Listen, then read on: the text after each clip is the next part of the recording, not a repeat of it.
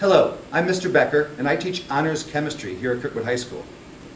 In Honors Chemistry, we cover pretty much the same curriculum as they do in regular chemistry, only to a greater extent, much more profound level. We do more analysis and more in-depth problem solving.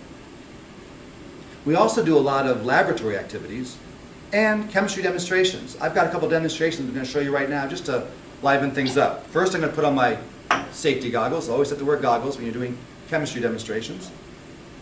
And I'm going to put a little bit of methanol in this petri dish, a little bit in this petri dish, and a little bit in this petri dish. And then we're going to light them because methanol is combustible. That means it reacts with oxygen. So I'm going to light these three. And you'll notice one thing right away. The methanol itself burns with an almost invisible flame, pale blue, but you can barely see it. But this second petri dish that I had some copper in, some copper chloride in, look at the colors it's giving off. And over here I had some lithium chloride. Look at the color it's giving off. What causes those distinct colors? Different colors for different elements. That's one of the things we study quite a bit in honors chemistry, the interaction between matter and energy. As it turns out, those different colors are being produced by electrons dropping very distinct energy levels within the atoms. We cover that quite a bit. We also do demonstrations like this, and we cover kinetics.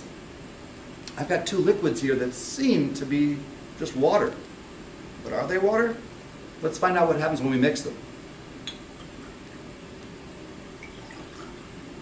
Doesn't seem like anything happened, but sometimes you have to wait a little while in chemistry.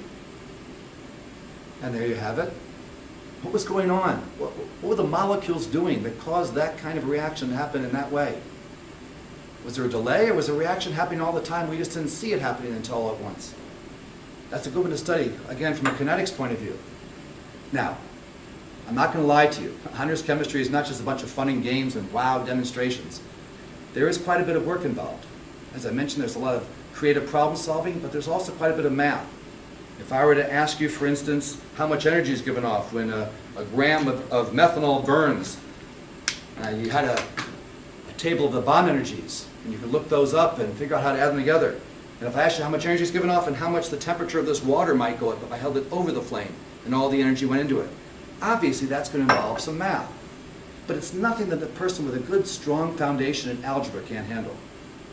So, if this is the kind of course that sounds like something you want to take, please sign up for Honors Chemistry. But before you do, know that you have to take the Honors Chemistry Assessment Test. It's not a long test, 15, 20 minutes, but you have to take that and score well enough on it if you want to sign up for the course. So, I hope you consider taking Honors Chemistry. Thank you.